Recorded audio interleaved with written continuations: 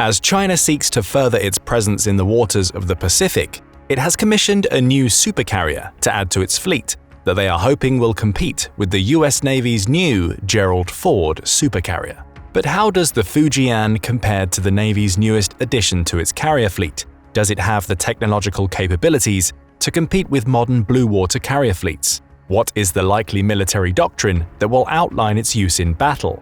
In this video, we will seek to answer these questions and more. Let's delve right in.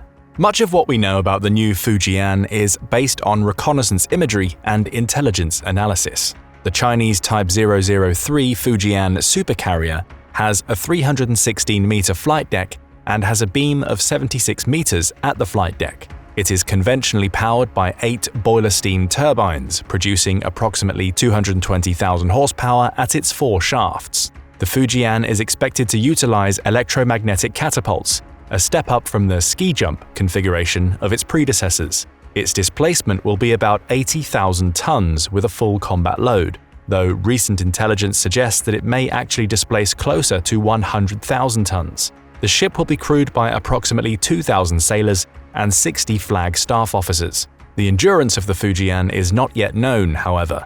The Type 002 carrier Shandong has a top speed of 31 knots and a range of 25,928 kilometers, 16,000 miles, at 14 knots. Similar performance is expected from the Fujian, though top speed is slightly slower at 29 knots. Construction on the Fujian began sometime in the 2010s, though the exact date is currently unknown. Construction was paused briefly as the electromagnetic catapult system was developed, but resumed again in the late 2010s. The ship's modules went into dry dock in mid-2020, and reports were that a launch of the vessel was possible by mid-2022. These reports turned out to be accurate, as the Fujian was launched on 17th of June 2022, sporting the hull number 18.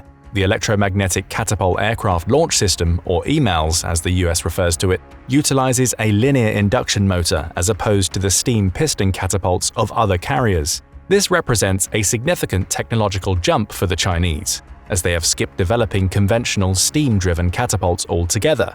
The new system has several advantages over steam piston systems, chief of which are reduced stress on the airframe due to a more uniform acceleration, as well as being lightweight, easier to maintain, and faster to reset. The development of the EMALS system was spearheaded by China's top naval engineer, Rear Admiral Ma Wei-ming. The new catapult system will allow the launch of larger and heavier aircraft.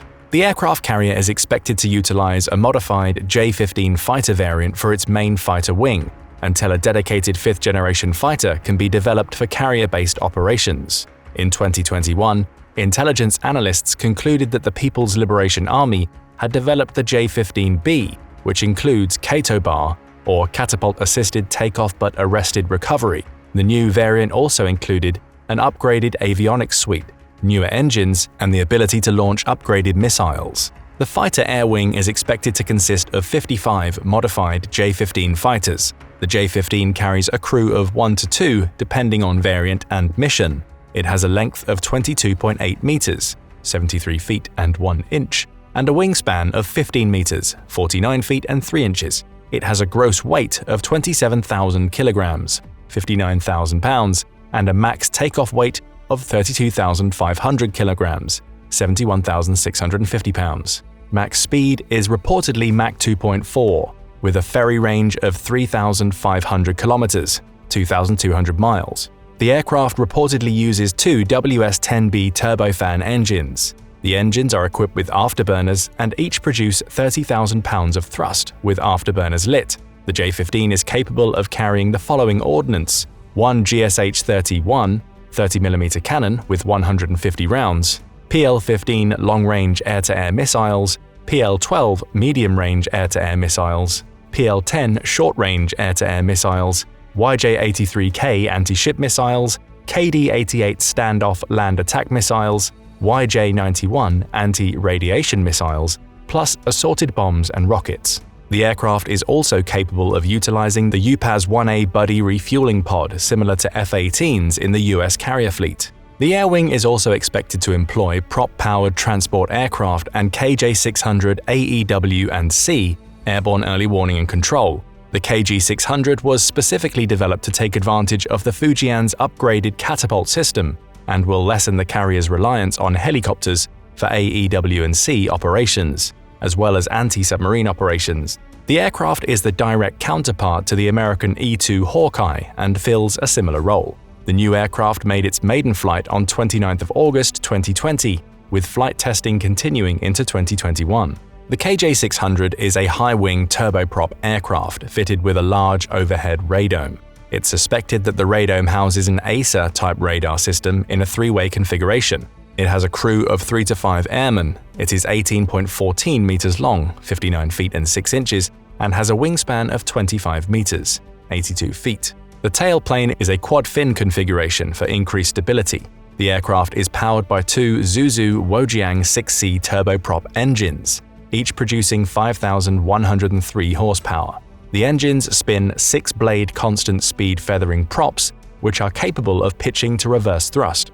The aircraft has a max gross weight of 30,481 kilograms, 67,000 pounds, and an empty weight of 25,401 kilograms, 56,000 pounds. It has a stated range of 1,250 kilometers, 780 miles, and a ferry range of 2,800 kilometers, 1,700 miles. The KG-600 has a max speed of 693 kilometers per hour, 431 miles per hour, and a service ceiling of 15,000 meters, 50,000 feet. It's also possible that the air wing will consist of unmanned aerial vehicles, UAVs, and helicopters. It's anticipated that the air wing will consist of approximately 1,000 airmen. Defensive capabilities are expected to include 3 30mm close-in weapon systems, CIWS. These weapon platforms are to be outfitted with AESA radar and are able to intercept anti-ship missiles traveling at Mach 4+ with 96% accuracy. It's also believed that the carrier will employ short-range air defense missiles and anti-submarine rocket capabilities. While the Fujian has already been launched, it's not expected to be ready for combat operations until 2024 or 2025. Even still, the Fujian is expected to be the most capable non-US aircraft carrier deployed to date.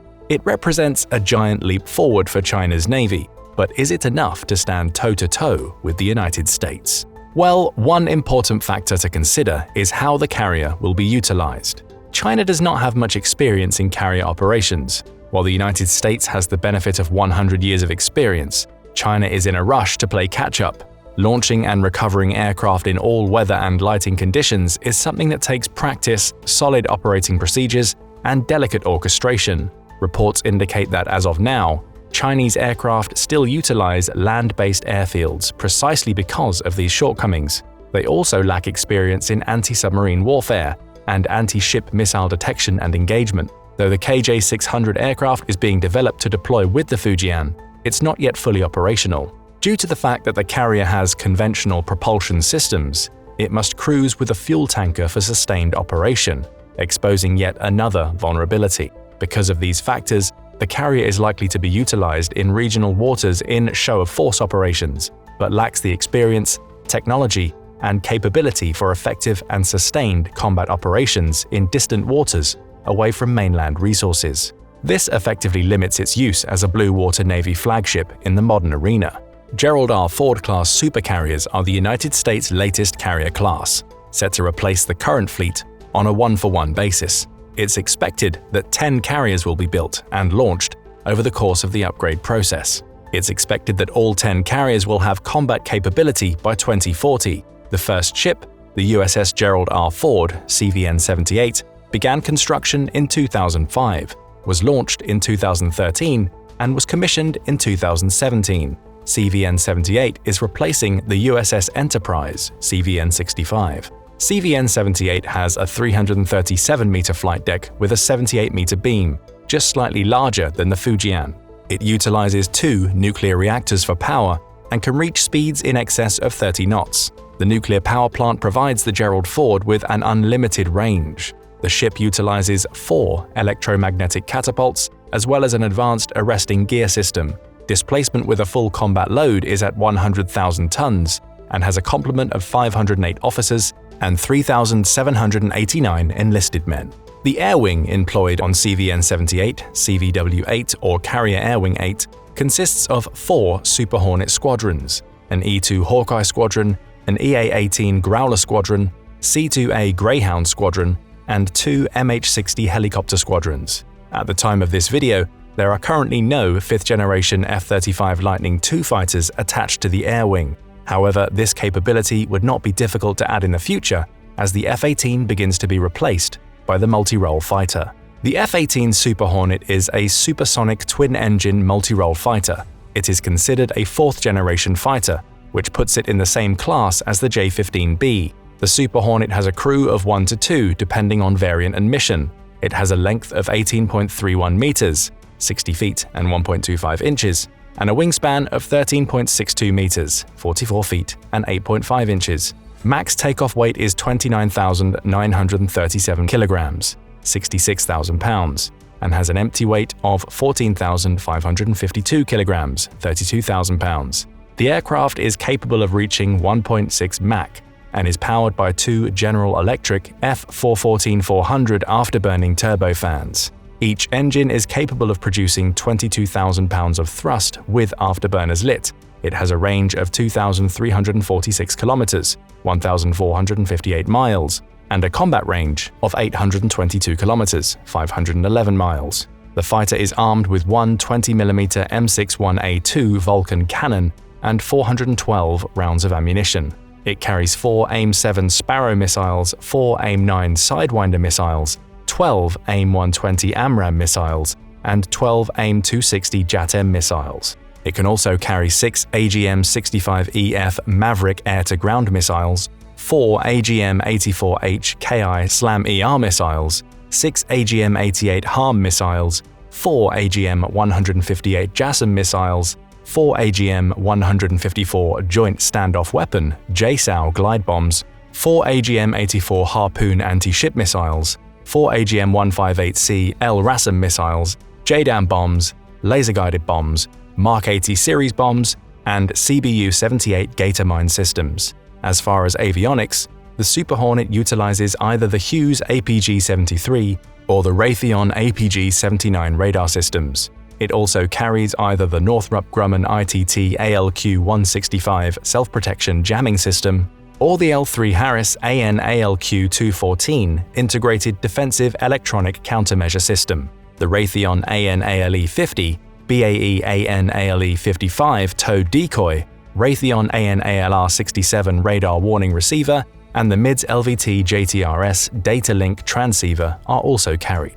The E-2 Hawkeye is the US Navy's aircraft for AEW&C operations, as well as anti-submarine operations. The Hawkeye is a high-wing, quad-tail, turboprop-powered aircraft. In looking at its physical appearance, you can see where the inspiration for the KJ-600 came from. It also has a large radome affixed above the wing. The aircraft first saw service on 21 October 1960 and has undergone many modifications and refinements since that time in order to meet the needs of the current battlefield. The current model E-2D has aerial refueling capability. It is 17.6 meters, 57 feet, and 8.75 inches long, and has a wingspan of 24.6 meters, 80 feet and 7 inches. It has a max takeoff weight of 26,082 kilograms, 57,500 pounds, and is powered by 2 Allison Rolls-Royce T59A427 turboprop engines. It has a 6-hour operational endurance time at sea, allowing sustained command and control operations.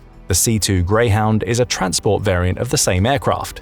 It's responsible for carrier onboard delivery (COD) operations. CVN-78 hosts a robust defensive weapons suite designed to protect the carrier from multiple avenues of attack. These include 2 Mark 29 guided missile systems, 2 Mark 49 guided missile systems, 3 Phalanx CIWS gun platforms, 4 Mark 38 25mm machine gun systems, and 4 M2 50 caliber machine guns. The defensive systems are tied together by upgraded AN Spy-3 X-band multifunction radar and AN Spy-4 S-band volume search radar. These systems are all tied to the SSDS or Ship Self-Defense System. This system has the ability to automate the fire control loop, which shortens the response time from detection of a threat to engagement of the threat. The Supercarrier also has stealth features, which are designed to reduce its radar cross-section. An additional feature of the carrier is the placement of the island. the superstructure which houses the bridge, air traffic control, and command center. The island has been placed aft on the carrier, opening up more space on the flight deck for aircraft to taxi. This change is expected to increase aircraft launch and recovery by nearly 30%. This increased efficiency allows for more sorties to be safely launched than the previous Nimitz-class supercarrier. The US Navy has been operating carriers since 1922, with the launch of CV-1, the USS Langley. With over 100 years' experience, the United States Navy has perfected the intricate ballet that is carrier operations. The current US Navy is capable of carrying out combat operations for extended periods of time before resupply day or night, in all manner of weather. China lacks this experience, however, they have the distinct advantage of trying to emulate the US Navy's operations procedures, technical capabilities, and proficiency. While they are aggressively playing a game of catch-up, at this stage it does not appear that they are at the same level as the United States. First, this is evident in the technological capabilities of the equipment they have deployed. The carrier, while large and technologically advanced as compared to the Type 001 and Type 002 carriers, has some serious shortcomings. It only has 3 catapults as compared to the Ford's 4. It does not have as robust a defensive electronics and weapons suite as the Ford. Perhaps its biggest shortcoming, however, is the propulsion system. Being conventionally powered, it must either cruise with a tanker for blue water operations or remain in regional waters, so the carrier would have to protect both itself and its fuel supply. This is a major blow to its combat capability, so the Fujian is likely to patrol regional waters well within the range of shore-based assets that can offer resupply and tactical assistance. This, combined with the strike group that carriers sail with, would offer enough protection to overcome these shortcomings, but at the expense of global reach. This may be good enough for the Chinese, as they may not necessarily be interested in global reach at this point. As President Nixon once stated, the Chinese tend to be firmly focused on China first, even at the expense of political doctrine. This is evident when viewing the alliances they hold, as they don't necessarily fall along the lines of political or economic dogma. So if they are primarily concerned with showcasing military might regionally, then the Type 003 may in fact fit the bill. Having said that, there are other areas that continue to hamper the effective use of the Fujian, beyond the capabilities of the carrier itself. The air wing seems to lag behind the United States in terms of capability and effectiveness.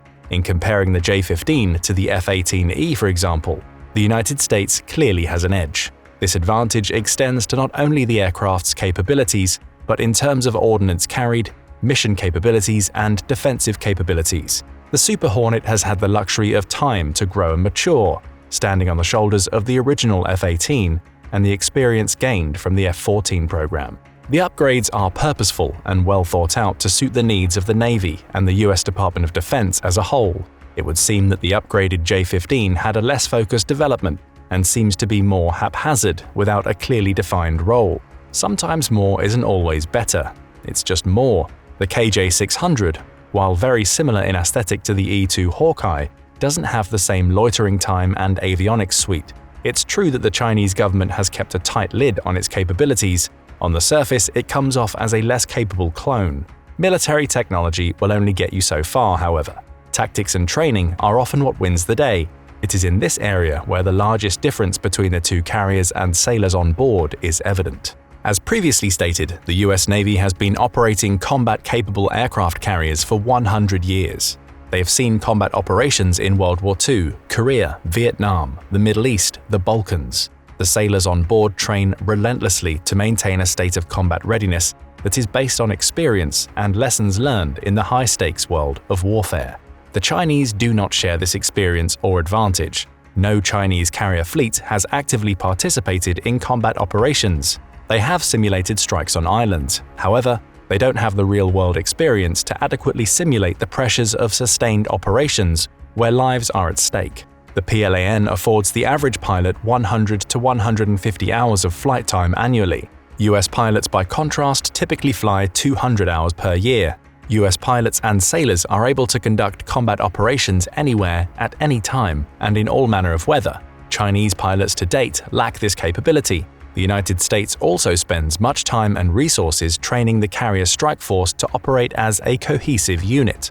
Through years of experience, procedures, information flow, and command structure, have all been carefully crafted to operate globally with extreme effectiveness. It is unknown how much China invests in cohesive combined arms training, but it would have to be overt and extreme to compete with the level of training the US fleet employs. Taking all these considerations into account, it's clear that if we were dealing with a carrier-to-carrier engagement, absent additional naval and mainland support, things would most likely end badly for the Fujian. However, when adding the support that the Chinese have available regionally, it's interesting to consider what would happen in a regional engagement between the two navies. If one were to conduct a thought experiment into what would happen if China were to take hostile action against Taiwan, we would first have to make some assumptions to get an idea of the playing field. First, let us assume that the Fujian would commence the engagement in the Taiwan Strait.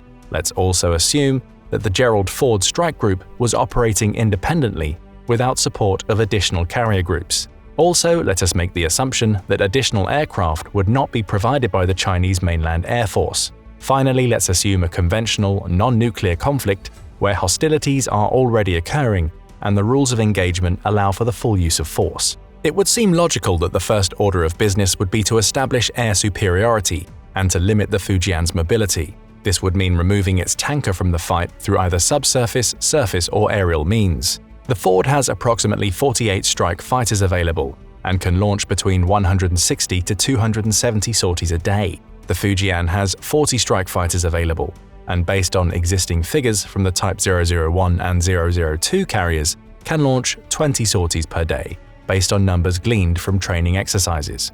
This vast disparity of flight operations indicates that the Fujian Air Wing would likely be overwhelmed in actual combat conditions. This simple math does not take into account the early warning detection and electronic warfare capabilities the Ford enjoys.